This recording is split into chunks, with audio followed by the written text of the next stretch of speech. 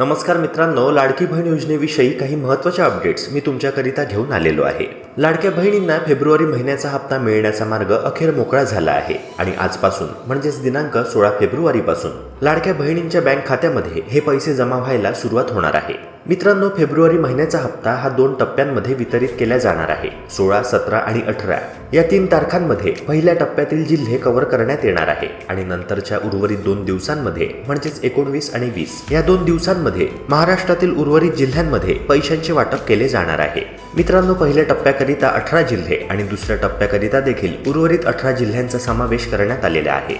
पहिल्या टप्प्यामधील जिल्हे कोणते आणि दुसऱ्या टप्प्यातील जिल्हे कोणते, तसेच ज्या लाडक्या बहिणींना डिसेंबरचा हप्ता मिळाला नसेल, जानेवारी महिन्याचा हप्ता मिळाला नसेल, लाडकी बहीण योजनेचा जुलै महिन्यापासूनचा आतापर्यंत एखादा हप्ता आला नसेल, तर त्या महिलांनी काय करावे त्याबाबत देखील आजच्या व्हिडिओच्या माध्यमातून आपण जाणून घेणार आहोत. अत्यंत महत्त्वपूर्ण असा हा व्हिडिओ असणार आहे. अन्नपूर्णा योजनेबाबत देखील एक महत्त्वाची अपडेट नुकतीच पुढे आलेली आहे. तेव्हा मित्रांनो, हा व्हिडिओ शेवटपर्यंत अगदी लक्षपूर्वक बघा, जेणेकरून एकही महत्त्वाची अपडेट तुमच्याकडून मिस होणार नाही. व्हिडिओला सुरुवात करण्यापूर्वी एक नम्र विनंती तुम्हाला करतोय. जर तुम्ही आपल्या YouTube चॅनलवर नवे असाल तर व्हिडिओला लाईक करून चॅनलला नक्की सबस्क्राईब करा, जेणेकरून शासनाच्या विविध योजनांची इत्थंभूत माहिती वेळेवर तुम्हाला मिळत राहणार आणि कुठलीच महत्त्वाची अपडेट तुमच्याकडून मिस होणार नाही. चला तर मग मित्रांनो, व्हिडिओला लगेच सुरुवात करूया.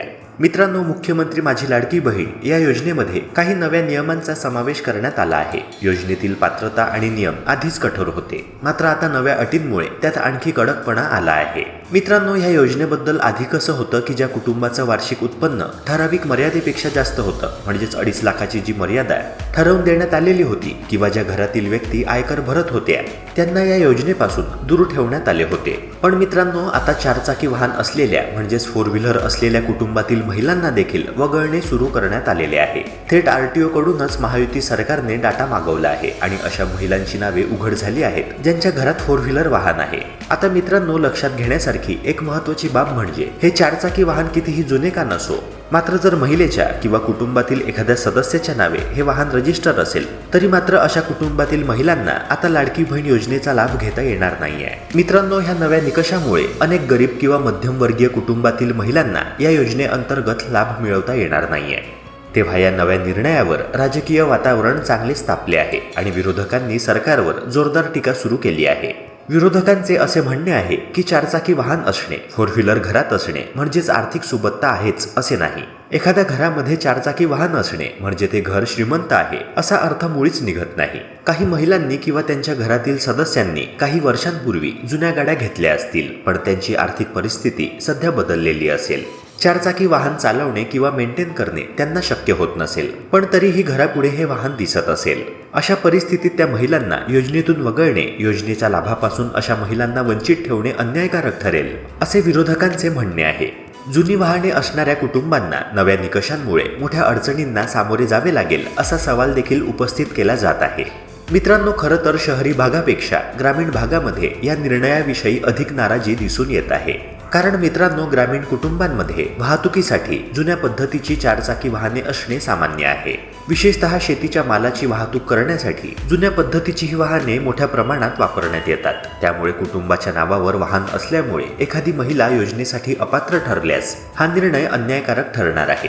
शासनाच्या या निर्णयामुळे अनेक गरजू महिलांना योजनेचा लाभ मिळणे कठीण होणार आहे. ग्रामीण भागामध्ये अनेक कुटुंबांकडे महागड्या गाड्या नसून जुन्या 4 चाकी वाहने असतात, मात्र त्यांना देखील ह्या योजनेच्या लाभापासून आता वंचित ठेवले जाणार आहे. RTOने सरसकट अशा सगळ्या महिलांची नावे उघड केली आहेत ज्यांच्या घरामध्ये 4 व्हीलर वाहन आहे, मग ते वाहन कितीही जुने का नसो. मित्रांनो, शासनाच्या ह्या निकषावर तुमचे काय मत आहे? घरामध्ये 4 व्हीलर वाहन असणे आणि ह्या निकषामुळे महिलेला योजनेचा लाभ घेता न येणे यावर तुमचे काय मत आहे? कमेंट सेक्शनद्वारे नक्की कळवा. यानंतरची महत्त्वाची अपडेट म्हणजे मित्रांनो, फेब्रुवारी महिन्याचा हप्ता लाडक्या बहिणींना 1500 रुपयांचाच मिळणार आहे. इव्हन मार्च महिन्याचा हप्ता सुद्धा लाडक्या बहिणींना 1500 रुपयांचाच मिळणार आहे. अर्थसंकल्प मार्च महिन्यामध्ये सादर केले जाणार आहे आणि ह्या अर्थसंकल्पामध्ये लाडकी बहीण योजनेमध्ये एक मोठा बदल करण्यात येणार आहे. योजनेचा हप्ता जो लाडक्या बहिणींना सध्या 1500 रुपयांचा मिळतो आहे तो 2100 रुपये करण्याबाबतची तरतूद करण्यात येणार आहे.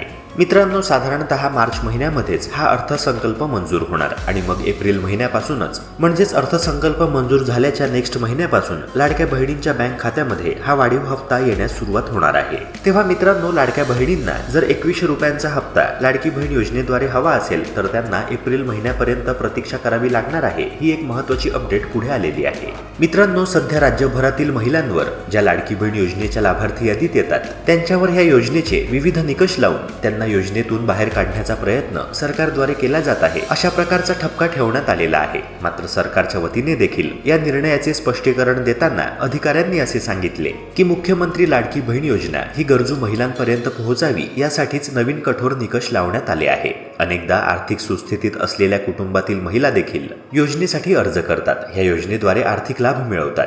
ज्यांना ह्या पैशांची इतकी गरज नाही अशा महिला देखील ह्या योजनेद्वारे लाभ मिळवतात, त्यामुळे त्यांना रोखण्यासाठी हा निर्णय घेण्यात आला आहे। 4 व्हीलर वाहन असणाऱ्या कुटुंबातील महिलांनी ह्या योजनेचा लाभ घेऊ नये यासाठी ही अट लावल्याचे प्रशासनाचे म्हणणे आहे। पण मित्रांनो, ह्या नव्या अटींमुळे सरकारला मोठ्या प्रमाणावर विरोध सहन करावा लागत आहे। पण मित्रांनो, एक आणखी महत्त्वाची अपडेट म्हणजे महाराष्ट्र राज्यामध्ये लवकरच स्थानिक स्वराज्य संस्थांच्या निवडणुका होणार आहेत आणि अशामध्ये महिला मतदारांमध्ये वाढत असलेला असंतोष पाहता सरकारला हा निर्णय मागे घ्यावा लागू शकतो। अनेक महिला संघटना आणि विविध सामाजिक गट सरकारवर दबाव टाकत आहे। जर विरोध मोठा झाला तर सरकारला ह्या निर्णयावर फेरविचार करावा लागू शकतो, अशी देखील एक शक्यता वर्तवण्यात येत आहे।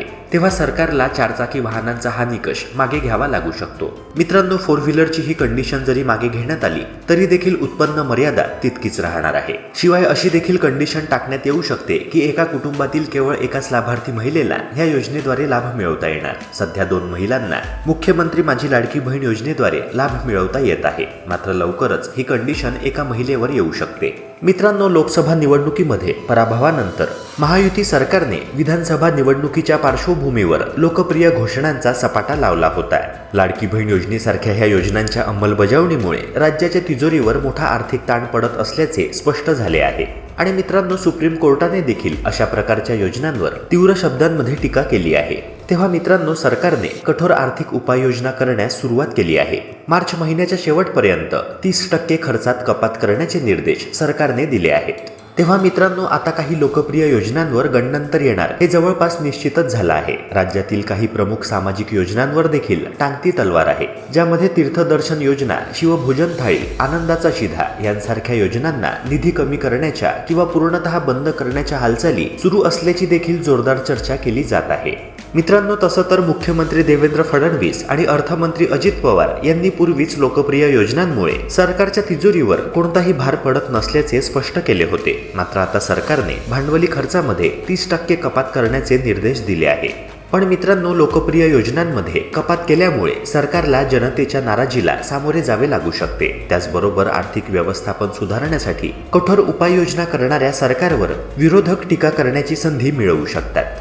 राज्याच्या तिजोरीवर वाढत असलेल्या आर्थिक ताणामुळे सरकारला खर्च कपातीचे कठोर निर्णय घ्यावे लागत आहे। लोकप्रिय योजना टिकवायच्या की मग आर्थिक शिस्त पाळायची या मोठ्या द्विधास्थितीत सरकार सापडले आहे। मित्रांनो, सरकार पुढील ह्या समस्येवर तुमचे काय मत आहे कमेंट सेक्शनद्वारे नक्की कळवा। ह्यानंतरची महत्त्वाची अपडेट म्हणजे लाडकी बहीण योजनेचा फेब्रुवारी महिन्याचा हप्ता म्हणजेच ह्या योजनेचा 8वा हप्ता 2 टप्प्यांमध्ये वितरित केला जाणार आहे। पहिल्या टप्प्यामध्ये 18 जिल्हे आणि दुसऱ्या टप्प्यामध्ये महाराष्ट्रातील उर्वरित 18 जिल्ह्यांचा समावेश आहे। तसेच मित्रांनो, 12 बँकांना देखील लाडकी बहीण योजनेच्या 8व्या हप्त्या वाटपाकरिता प्राधान्य देण्यात आलेले आहे। पहिल्या टप्प्यातील 18 जिल्हे कोणते ते लगेचच आपण जाणून घेऊया। मित्रांनो, अगदी लक्षपूर्वक ही यादी ऐका। या 18 जिल्ह्यांपैकी एका जिल्ह्याचे जर तुम्ही रहिवासी असाल तर तुमच्याकरिता ही एक मोठी खुशखबर पुढे आलेली आहे। मित्रांनो, जिल्ह्यांच्या यादीतील पहिला जिल्हा आहे पालघर, दुसरा जिल्हा आहे ठाणे, तिसरा जिल्हा आहे मुंबई उपनगर, चौथा जिल्हा आहे मुंबई शहर, 5वा जिल्हा आहे रायगड, 6वा जिल्हा आहे रत्नागिरी, 7वा जिल्हा आहे सिंधुदुर्ग। म्हणजेच मित्रांनो, कोकण विभागातील सर्व जिल्ह्यांचा पहिल्या टप्प्यामध्ये समावेश करण्यात आलेला आहे, ज्यामध्ये पालघर, ठाणे, मुंबई उपनगर, मुंबई शहर, रायगड, रत्नागिरी आणि सिंधुदुर्ग या जिल्ह्यांचा समावेश आहे। मित्रांनो, कोकण विभागाप्रमाणेच अमरावती विभागाचा देखील समावेश करण्यात आलेला आहे। पहिल्या टप्प्याकरिता अमरावती, बुलढाणा, अकोला, वाशिम आणि यवतमाळ या अमरावती विभागातील एकूण 5 जिल्ह्यांचा समावेश करण्यात आलेला आहे। त्याचप्रमाणे मित्रांनो, नागपूर विभागाचा देखील समावेश करण्यात आलेला आहे, ज्यामध्ये नागपूर, वर्धा, भंडारा, गोंदिया, गडचिरोली आणि चंद्रपूर या 6 जिल्ह्यांचा समावेश आहे. तेव्हा मित्रांनो, पहिल्या टप्प्यामध्ये कोकण, अमरावती आणि नागपूर या 3 प्रशासकीय विभागांचा समावेश करण्यात आलेला आहे. पहिल्या टप्प्यातील जिल्ह्यांमध्ये पैशांचे वाटप झाल्यानंतर उर्वरित 3 प्रशासकीय विभागांमध्ये निधीचे हस्तांतरण केले जाणार आहे. मित्रांनो, उर्वरित 3 प्रशासकीय विभाग म्हणजे नाशिक, पुणे आणि औरंगाबाद म्हणजे छत्रपती संभाजीनगर. पहिल्या टप्प्यामध्ये 18 आणि दुसऱ्या टप्प्यामध्ये 18 असे एकूण महाराष्ट्रातील 36 जिल्हे कव्हर करण्यात आलेले आहे. महिला व बाल कल्याण मंत्री आदितीताई तटकरे यांनी स्पष्ट केल्याप्रमाणे 20 तारखेपर्यंत लाडक्या बहिणींच्या बँक खात्यामध्ये फेब्रुवारी महिन्याचा हप्ता जमा होणार आहे. मित्रांनो, लाडकी बहीण योजनेअंतर्गत ज्या महिला अपात्र ठरल्या आहेत त्या महिलांमुळे राज्य सरकारच्या तिजोरीला कोट्यवधी रुपयांचा फटका बसला आहे, अशी एक धक्कादायक अपडेट नुकतीच पुढे आलेली आहे. विधानसभा निवडणुकीच्या पूर्वी जाहीर करण्यात आलेल्या ह्या योजनेमध्ये सरसकट सर्वच अर्जदार महिलांना पैसे देण्यात आले. त्यांच्या अर्जांची छाननीच करण्यात आली नव्हती, कारण महायुती सरकारला आगामी निवडणुकीमध्ये प्रचंड बहुमत मिळवायचे होते आणि सरकार स्थापन करायचे होते. ते त्यांच्या ध्येयामध्ये सफल झाले असले तरी देखील त्यांना आता फार मोठा फटका सहन करावा लागत आहे. निवडणुकीनंतर महायुती सरकार स्थापन झाल्यानंतर लाडक्या बहिणींमधील अपात्र महिलांच्या अर्जांची छाननी सुरू करण्यात आली आणि मित्रांनो, ह्या छाननीमध्ये एकाच महिन्यात तब्बल 5 लाख महिलांचे अर्ज बाद करण्यात आले.